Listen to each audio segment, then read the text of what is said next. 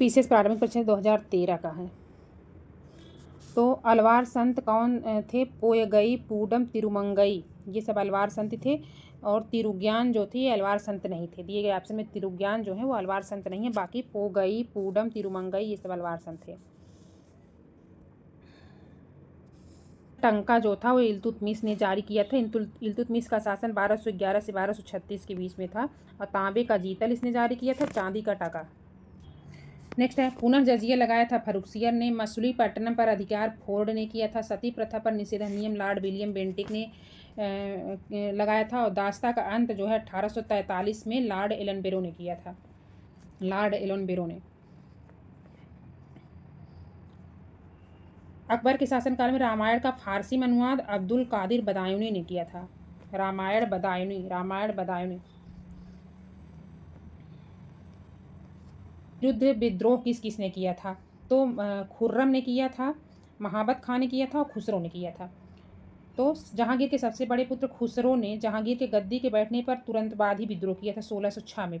और 1606 में उसको पराजित किया गया था। तो खुसरो विद्रोह जो था वो 1606 में हुआ था। उसके बाद 1623 में शहजादे खुर्रम ने विद्रोह किया था। महाबत खां के नेतृत्व में मुगल सेना ने उसका दमन किया था।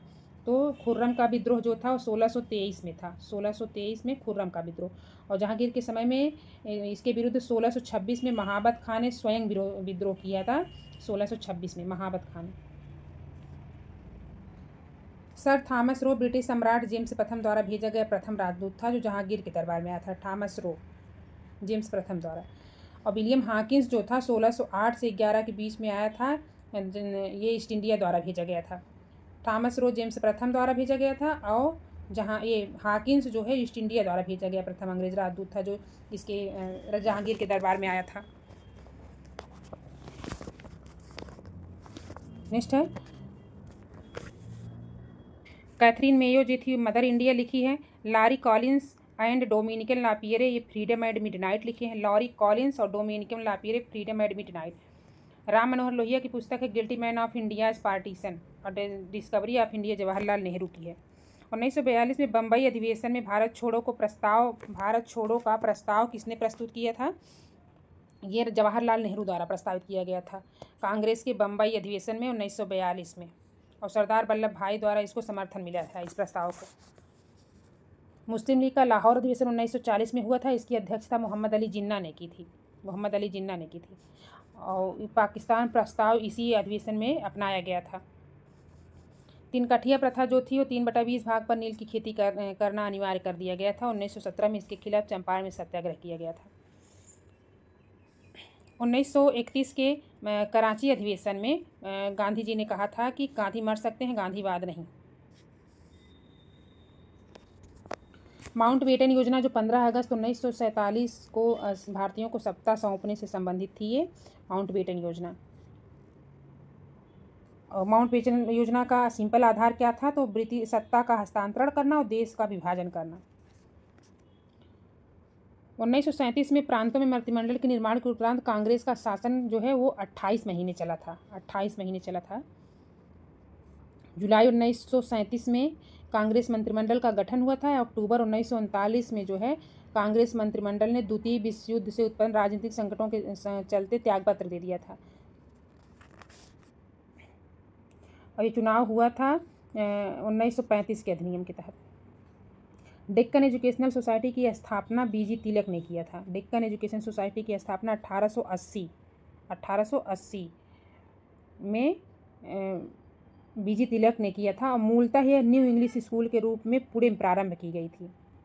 और 1884 में औपचारिक रूप से डेक्कन एजुकेशन सोसाइटी की स्थापना की गई थी। इसके संस्थापकों में BK चिपलुंकर, बीजी तिलक, MB नामजोशी ये सब थे। जस्टिस राणा जो थे इसके संस्थापक सदस्य नहीं थे। बॉम्बे, मद्रास और कलकत्ता में उच्च न्यायालय का स्थापना 1861 में की गई थी। उच्च न्यायालय अधिनियम 1862 के तहत। लाल किला मुकदमा जो था इसमें वकालत किसने किया था? तो आज़ाद हिंद फौज के अधिकारियों के लिए लाल किले मुकदमा चला था। इसकी वकालत जो है TB सप्रू और बचाव पक्ष के वकीलों के समूह की अध्यक्षता भूला भाई देसाई ने की थी। वायसराय के कार्य परिषद से त्यागपत्र दिया था शंकर नायर ने जब जलियांवाला बाग हत्याकांड के बाद शंकर नायर ने दिया था। औपनिवेशिक स्वराज की मांग जो है सर तेज बहादुर सप्रू और जयकर ने किया था। सबसे पहले औपनिवेशिक स्वराज की मांग तेज बहादुर सप्रू और जयकर ने किया था। रिजर्व केरल में है। प्रामाणिक मध्याह्न रेखा जो है वो 82.5 डिग्री पूर्वी को प्रामाणिक मध्याह्न रेखा कहा जाता है। यह उत्तर प्रदेश के मिर्जापुर से होकर गुजरती है। विशाखापत्तनम और कोचीन या कोच्चि जो है ये प्राकृतिक बंदरगाह है, जबकि चेन्नई और तूतीकोरिन ये कृत्रिम बंदरगाह है। तो विशाखा कोचीन ये प्राकृतिक है, चेन्नई तूतीकोरिन कृत्रिम है।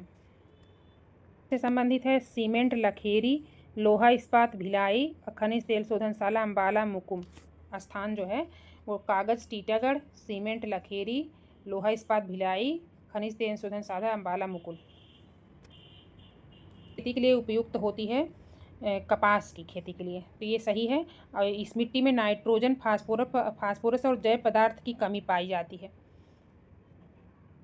इसमें लोहा, चूना, कैल्शियम, पोटास, एल्यूमिनियम, मैग्नीशियम की प्रचुरता पाई जाती है। नेक्स्ट है तंपारा झील जो है वो ओडिशा में है। तंपारा झील ओडिशा में है। हीराकुंड ओडिशा में है। अंशुपा झील ओडिशा में है। तंपारा, हीराकुंड, अंशुपा ये सभी ओडिशा में है। यशवंत सागर मध्य प्रदेश का है। चित्रांगुदी पक्षी अभ्यारण्य तमिलनाडु का है। सुचिंद्रम थेरूर वेटलैंड कॉम्प्लेक्स ये भी तमिलनाडु का है। वुडूर पक्षी अभ्यारण्य ये भी तमिलनाडु का है। और कांजीर कुलम ये भी तमिलनाडु का है। ठाड़े क्रीक ये महाराष्ट्र की है। Haigam Wetland Conservation Reserve Jammu Kashmir का है। सालवुड वेटलैंड कंजर्वेशन रिजर्व ये भी जम्मू कश्मीर का है। पतरातू झारखंड में है। पेंच मध्य प्रदेश में है। और डाभोल जो है डाभोल महाराष्ट्र में है। एल्यूमिनियम उद्योग का केंद्र जेके नगर है। तांबा का मलाज खंड है। तांबा मलाज खंड। जस्ता का टुंडू झारखंड में है। और जूट का भाटपाड़ा महाराष्ट्र में। तो एल्यूमिनियम जेके नगर, तांबा मलाज खंड, जस्ता टुंडू झारखंड, जूट भाटपाड़ा महाराष्ट्र। डोनेट्स क्षेत्र जो कोयला के क्षेत्र हैं और देश दिया गया, तो डोनेट्स क्षेत्र यूक्रेन का है, डोयू। कुजनेट्स रूस का है, कुजरू। लंकाशायर यूके का है, लंकायू। और सार जो है जर्मनी का है। सार जो है वो जर्मनी का है। वनावरण दिया है सबसे ज़्यादा जापान में है, उसके बाद इंडोनेशिया, उसके बाद भारत में, भारत से भी कम चीन में है। नेक्स्ट है बोलीविया टिन के लिए प्रसिद्ध है। ब्राज़ील लौह अयस्क के लिए, मैक्सिको चांदी के लिए, पेरू नाइट्रेट के लिए। बोलीविया टिन, ब्राज़ील लौह अयस्क, मैक्सिको चांदी, पेरू नाइट्रेट। नेक्स्ट है कहवा उत्पादन में कौन सबसे प्रमुख है, तो ब्राज़ील जो है वो प्रमुख है। उसके बाद वियतनाम है, उसके बाद कोलंबिया, उसके बाद इंडोनेशिया। ब्रावी कोइंडो। नाभिकीय शक्ति संयंत्रों की संख्या के क्रम में देखेंगे तो सबसे ज़्यादा यूएसए के पास है, उसके बाद फ्रांस के पास है, उसके बाद जापान के पास है, और उसके बाद इसके रूस के पास है। सबसे ज़्यादा यूएसए, उसके बाद फ्रांस, फिर जापान, फिर रूस। कोलोराडो नदी पर हुवर बांध है। दामोदर पर पंचेत हिल बांध है। नील पर असवान बांध है। जैम्बजी नदी पे कईवा बांध है। जाम्बजी करीबा।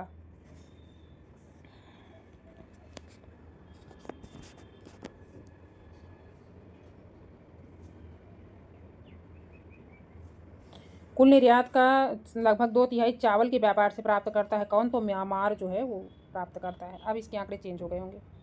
इस आकृति में व्यवस्थित ताराओं का समूह नक्षत्र कहलाता है। नक्षत्र या तारामंडल।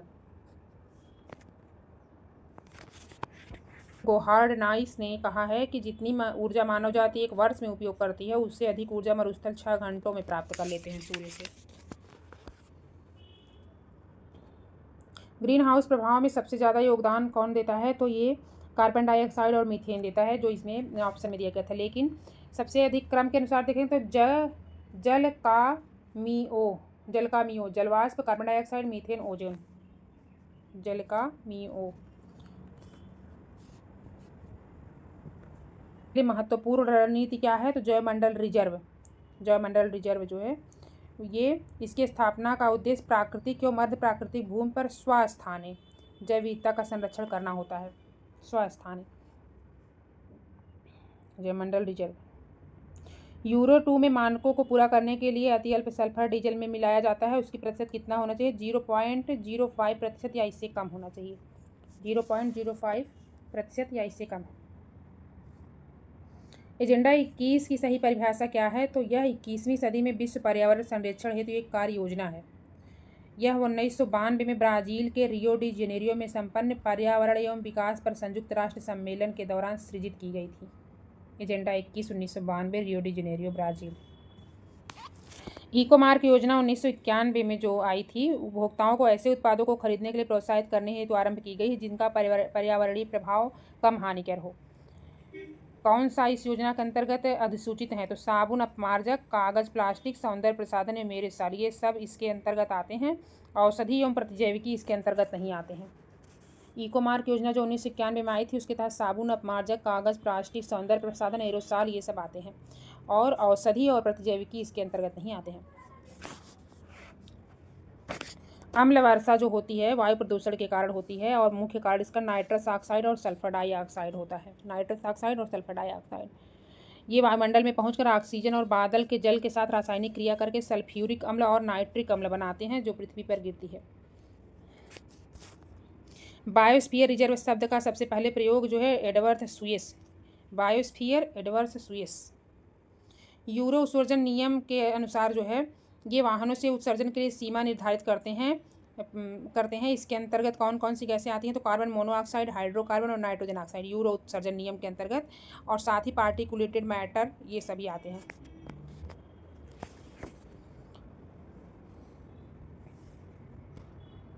टेलीविजन के दूरस्थ नियंत्रण के लिए किस प्रकार का विद्युत चुम्बकीय विकिरण यूज किया जाता है? अवरक्त जो रिमोट से कंट्रोल किया जाता है वो अवरक्त विकिरण का यूज किया जाता है उसमें।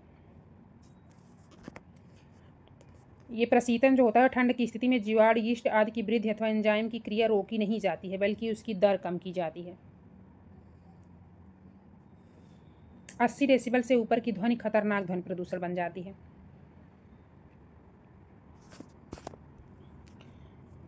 टाइगर मच्छरों द्वारा संचालित कौन कौन सा होता है? तो पीत ज्वर, चिकनगुनिया, डेंगू। पीत ज्वर, चिकनगुनिया, डेंगू, ये सब टाइगर मच्छर द्वारा होता है। जापानी एन्सेफेलाइटिस जो होता है, इसका कारक क्यूलेक्स प्रजाति का मच्छर है। क्यूलेक्स प्रजाति का मच्छर, क्यू जापानी एन्सेफेलाइटिस। और बाकी एडीज एल्बापोटिक्स जो है वो टाइगर मच्छर के नाम से जाना जाता है। इसके कारण से पीत ज्वर, डेंगू ज्वर, चिकनगुनिया, सेंट लुइस एन्सेफेलाइटिस, ये सब होता है। ये विषाणु का वाहक होता है, रोगों का विषाणु का वाहक होता है। जापानी एन्सेफेलाइटिस जो होता है क्यूलेक्स प्रजाति से होता है। सूर्य के अदृश्य भाग के प्रकाश संश्लेषण किसके द्वारा किया था? बैक्टीरिया द्वारा। गहरे समुद्र में जीवाणु जैसे ग्रीन सल्फर बैक्टीरिया अवरक्त विकिरण के प्रयोग द्वारा प्रकाश संश्लेषण कर ऊर्जा उत्पन्न करते हैं। प्रोटीन की प्रचुरता वाले खाद्य पदार्थों में उपस्थित अमीनो अम्ल जो टायरोसिन के नाम से जानी जाती है, जो टायरोसिन अम्ल होती है, जिसका कार्य मस्तिष्क में एड्रीनेलिन, नॉर एड्रेनालिन और डोपामाइन आदि का निर्माण करना होता है। इसकी कमी से व्यक्ति स्वयं को दुखी और सुस्त महसूस करता है। टायरोसिन से शारीरिक सतर्कता और ऊर्जा को बढ़ाने में मदद मिलती है। टायरोसिन अगर बराबर मात्रा में है तो, और ये प्रोटीन की प्रचुरता वाले पदार्थों में पाई जाती है, और टायरोसिन अगर है तो ऊर्जा स्तर को बढ़ाने में सहायता करता है। भावात्मक और पर्यावरणीय दबावों का सामना कर सकता है आदमी, और उदासी से लड़ सकता है, लेकिन बुढ़ापे को नहीं कम करता है ये। नेक्स्ट है क्यूरियोसिटी रोवर जो है वो यूएसए का मंगल ग्रह अन्वेषी अंतरिक्ष यान है। मैसेंजर जो है नासा का बुध अन्वेषी अंतरिक्ष यान है। रुस्तम 1 जो है वो डीआरडीओ का मानव रहित वायुयान रुस्तम 1 है। और आकाश 2 जो है यूएसए का टैबलेट है। आकाश 2 जो है वो टैबलेट है।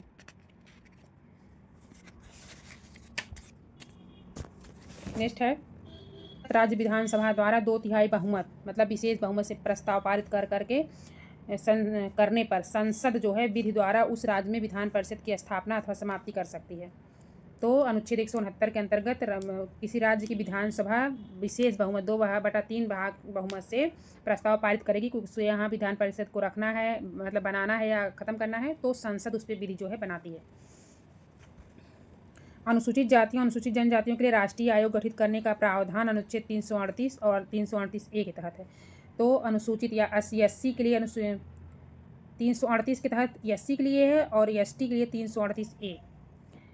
इसका जो है 89वें संविधान संशोधन अधिनियम के गठन के तहत इसका प्रावधान किया गया। 89वां संविधान संशोधन अधिनियम 2003 जो है वो SC ST का आयोग गठन से संबंधित है। एंग्लो इंडियन जो है वो अनुच्छेद 331 के तहत नामित किए जाते थे, लेकिन 2019 के तहत अनुच्छेद 334 में संशोधन करके अब ये नियम समाप्त कर दिया गया है।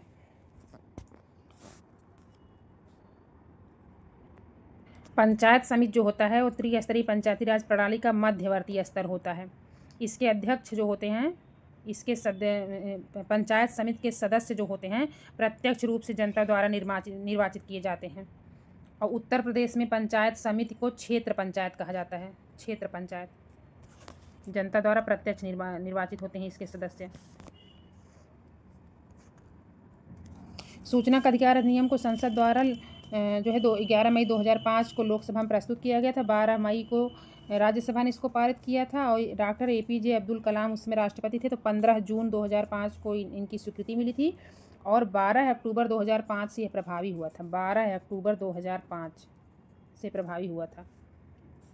आनुपातिक प्रतिनिधित्व की व्यवस्था निर्वाचन क्रिया प्रणाली के रूप में अल्पसंख्यकों के प्रतिनिधित्व को निश्चित करती है। आनुपातिक प्रतिनिधित्व व्यवस्था जो है अल्पसंख्यकों के प्रतिनिधित्व से संबंधित है। इस प्रणाली से सभी वर्गों का समुचित प्रतिनिधित्व सुनिश्चित हो पाता है। 3 सोपानों में पंचायत बनाने की परिकल्पना किसमें है? तो 73वें संविधान संशोधन 1992 द्वारा 24 अप्रैल 1993 से भाग 9 के तहत 3 सोपानों में पंचायत बनाने की परिकल्पना की गई है।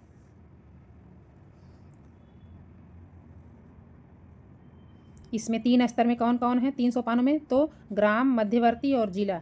पर मध्यवर्ती स्तर पे पंचायत उसी राज्य में गठन होगा जिसकी जनसंख्या 20 लाख से अधिक होगी। अगर 20 लाख से कम जनसंख्या है तो केवल 2 स्तर होंगे, ग्राम और जिला। मध्यवर्ती स्तर उसमें नहीं होगा। संविधान के अनुच्छेद 243 के तहत राज्यपाल द्वारा राज्य वित्त आयोग का गठन किया जाता है, जिसका काम होता है राज्य सरकार और स्थानीय शासन के बीच राजस्व का बंटवारा करना और उसके लिए मार्गदर्शन करना।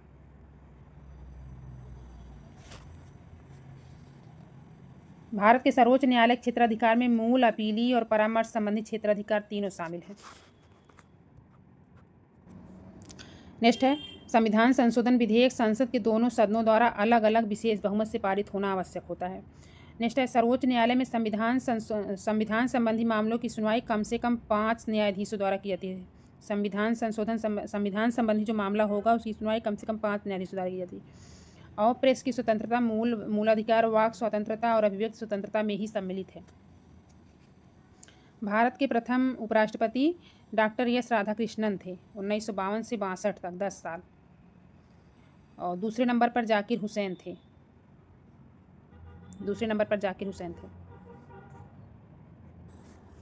भारतीय संविधान की 7वीं अनुसूची के तहत राज्य सूची में मार्ग कर या टोल टैक्स जो होता है वो राज्य सरकारों का विषय होता है, राज्य सरकार द्वारा लगाया जाता है।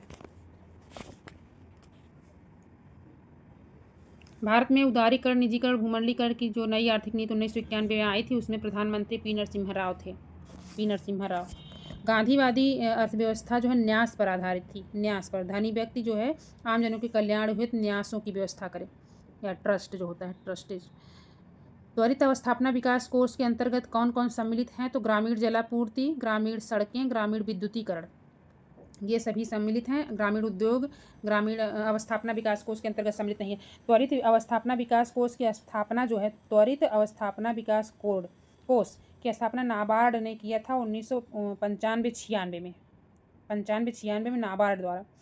इसका उद्देश्य था ग्रामीण अवसंरचना परियोजनाओं के तहत ग्रामीण जलापूर्ति, ग्रामीण सड़कें, ग्रामीण विद्युतीकरण। किसी देश की आर्थिक वृद्धि की सर्वाधिक उपयुक्त माप जो होती है प्रति व्यक्ति उत्पाद, GDP जो होता है प्रति व्यक्ति उत्पाद, वो सर्वाधिक उपयुक्त माप होती है। National stock exchange of India की स्थापना 1992 में फेरवानी समिति की सिफारिश पर हुई थी। फेरवानी समिति की सिफारिश पर निफ्टी की स्थापना 1992 में हुई थी। इसके तहत भारतीय स्टेट बैंक, LIC और GIC और IDBI ये सभी जो हैं इसके प्रवर्तक हैं, नेशनलिस्ट एक्सचेंज ऑफ इंडिया के। स्वाधार योजना जो है कठिन परिस्थितियों में महिलाओं के लिए लगाई गई है। जो है भारत सरकार के महिला और बाल विकास मंत्रालय द्वारा कठिन परिस्थितियों में महिलाओं के लिए लाया गया था 2001-2 में। स्वाधार योजना 2001-2 में लाया गया था।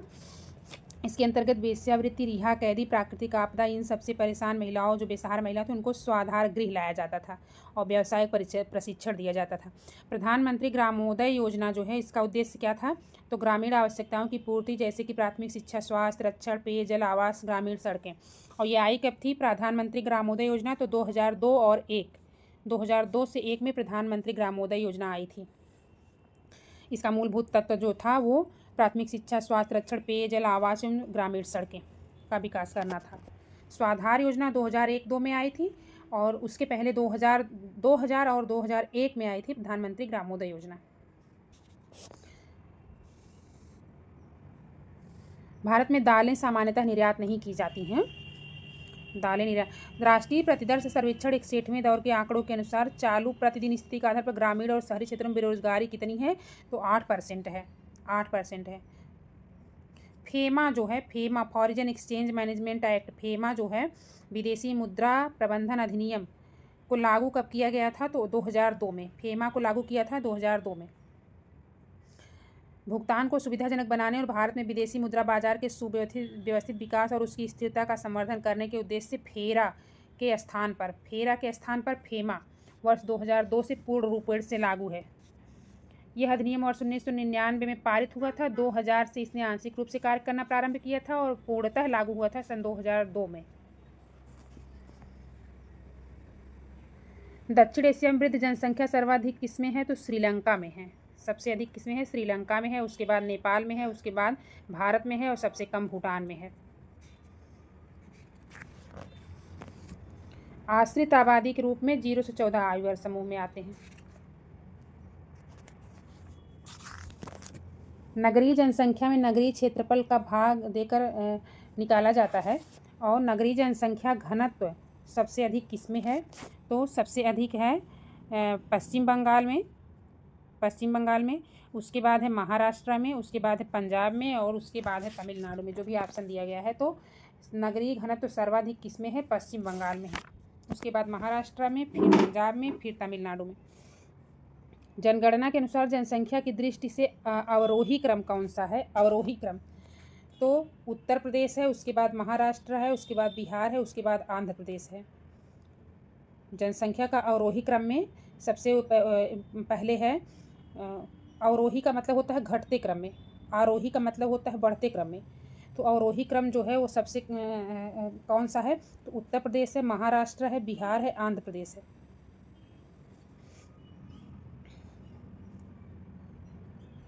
स्त्री साक्षरता दर लक्षद्वीप में सर्वाधिक है। संघ शासित प्रदेशों में इस साक्षरता दर जो है वो लक्षद्वीप में शीर्ष स्थान है। कुल साक्षरता में भी, पुरुष साक्षरता में भी, स्त्री साक्षरता में भी। अगर इसका क्रम देखें तो सबसे अधिक जो है वो लक्षद्वीप में है, उसके बाद दमन दीव में है, उसके बाद चंडीगढ़ में है, उसके बाद पुदुचेरी में है।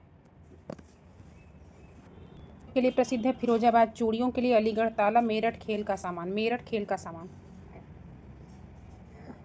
राष्ट्रीय विकास परियोजना जो है, राष्ट्रीय राजमार्ग विकास परियोजना 1998 में शुरू की गई थी। इसके तहत उत्तर, दक्षिण और पूर्व पश्चिम गलियारे का विकास किया गया है। दोनों झांसी में मिलते हैं। सिटी की स्थापना की जा रही है लखनऊ में, जिसका निर्माण निजी क्षेत्र के विकासकर्ताओं द्वारा किया जा रहा है, निजी क्षेत्र के विकासकर्ताओं द्वारा। नेक्स्ट है मानसिक रूप से विकलांग हेतु राष्ट्रीय संस्थान हैदराबाद में है। राष्ट्रीय मानसिक विकास विकलांग संस्थान सिकंदराबाद जिला हैदराबाद में है। राष्ट्रीय दृष्टिहीन देहरादून में है, दृष्टि देहरा में है। अस्थि रोग विकलांग संस्थान कोलकाता में अस्थि को, और अली आरवाज राष्ट्रीय बधिर अनुसंधान संस्थान मुंबई में है। तो बधिर मुंबई, विकलांग अस्थि रोग विकलांग कोलकाता में, दृष्टिहीन देहरादून में, मानसिक विकास संस्थान सिकंदराबाद हैदराबाद में है। राम सेतु जो होता है भारत के पंबन द्वीप के अंतिम छोर धनुष कोट से प्रारंभ होकर श्रीलंका के मन्नार द्वीप तक एक श्रृंखला रूप में उथले जली भाग रूप में विस्तारित है।